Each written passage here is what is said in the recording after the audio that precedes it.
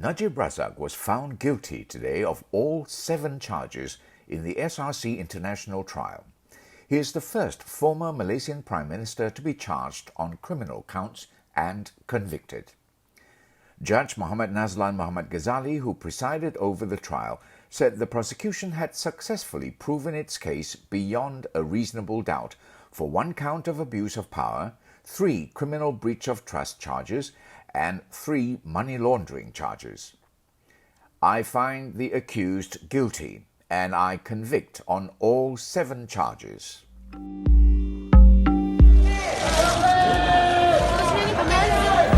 Aras 5.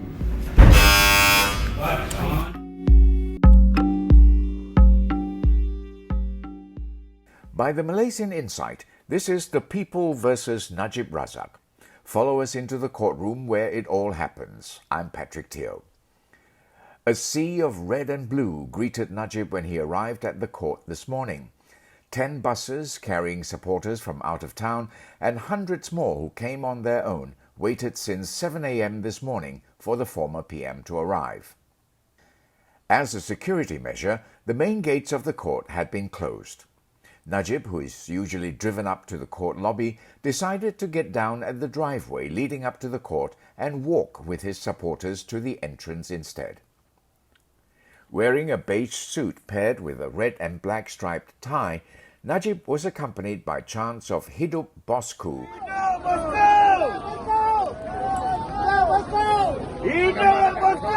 and well wishes from his supporters as he slowly made his way to the entrance. Also accompanying him were members of his political party, UMNO.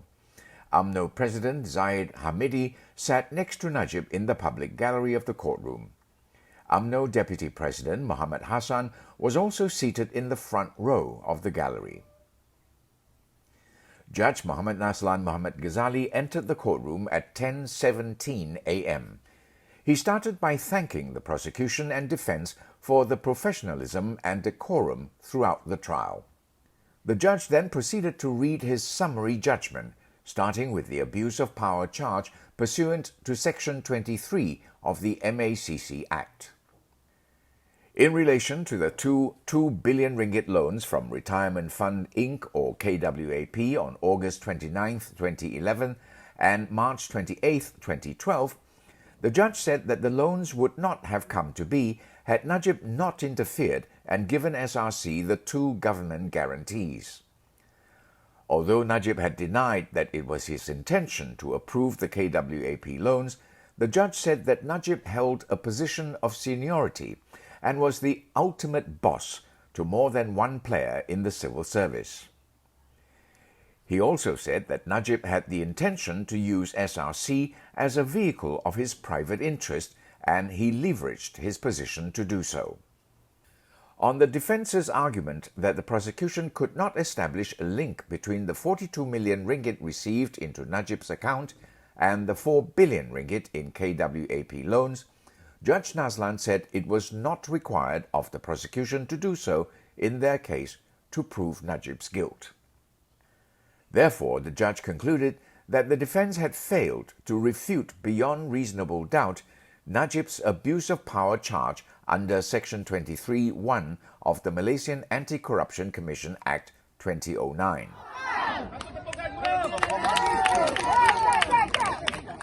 In relation to the 3 counts of criminal breach of trust under Section 409 of the Penal Code, Judge Nazlan noted that despite funds moving out of SRC, the company did not question the legitimacy of the transactions, nor were there any allegations of wrongful debit. The defense had argued that the bank had acted on instruction letters that were emailed and possibly forged. The judge said that it was not out of the ordinary for companies to use documents that bear photocopied signatures of the signatories. He added that neither SRC or Najib had taken action against the bank. With regards to the forgery allegation, Judge Nazlan said that the allegation defied logic. He pointed out that this issue was not challenged before the commencement of trial and that despite having appointed a handwriting expert, did not produce any evidence that it was in fact forged. The argument put by the defense that Najib was a victim of rogue bankers, businessman Low Tek Joe and Nik Faisal Arif Kamil, the judge said that blaming others does not absolve the CBT charges against the former PM. In fact, Judge Nazlan said the defense's evidence did not diminish but enhanced the perception of Najib having an overarching influence of Joe Low and Nik Faisal. The transactions into Najib's account were effected to ensure there were enough funds in his account, and Joe Low, on his part, was merely fulfilling his role. It is too far-fetched to imagine Najib would be a victim to a scam by a subordinate, Judge Nazlan said, adding that the defense's argument was self-serving. Next, Judge Nazlan addressed Najib's assertion that he was not aware about his account balances and that bank statements had been deliberately kept from him. There was no logical reason for not informing the account holder about the funds in the account, the judge said. Not to mention, checks running into large amounts were constantly being issued.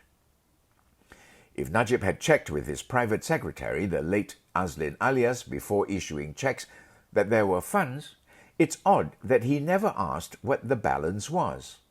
Najib had testified that despite never asking the balance in his account, he had a sense that there were enough funds. Judge Nazlan said that this was far-fetched.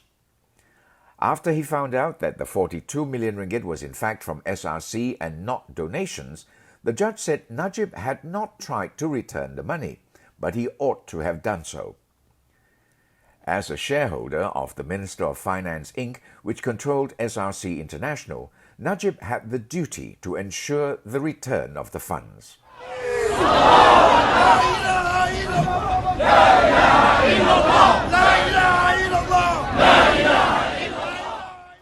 All roads lead to Rome, or in this case, Arabia, Judge Nazlan said, referring to the defense's argument that the 42 million ringgit originated from Arab donations. He said the defense's argument that Najib received money from the late King Abdullah bin Abdul Aziz Al Saud cannot be sustained because there is no evidence that Najib attempted to verify the donation or the purpose of it with the king or the government of Saudi Arabia. The judge said Najib merely took the words of Joe Low, but he should have taken steps to verify the businessman's claim. You could have picked up the phone to do so, he said.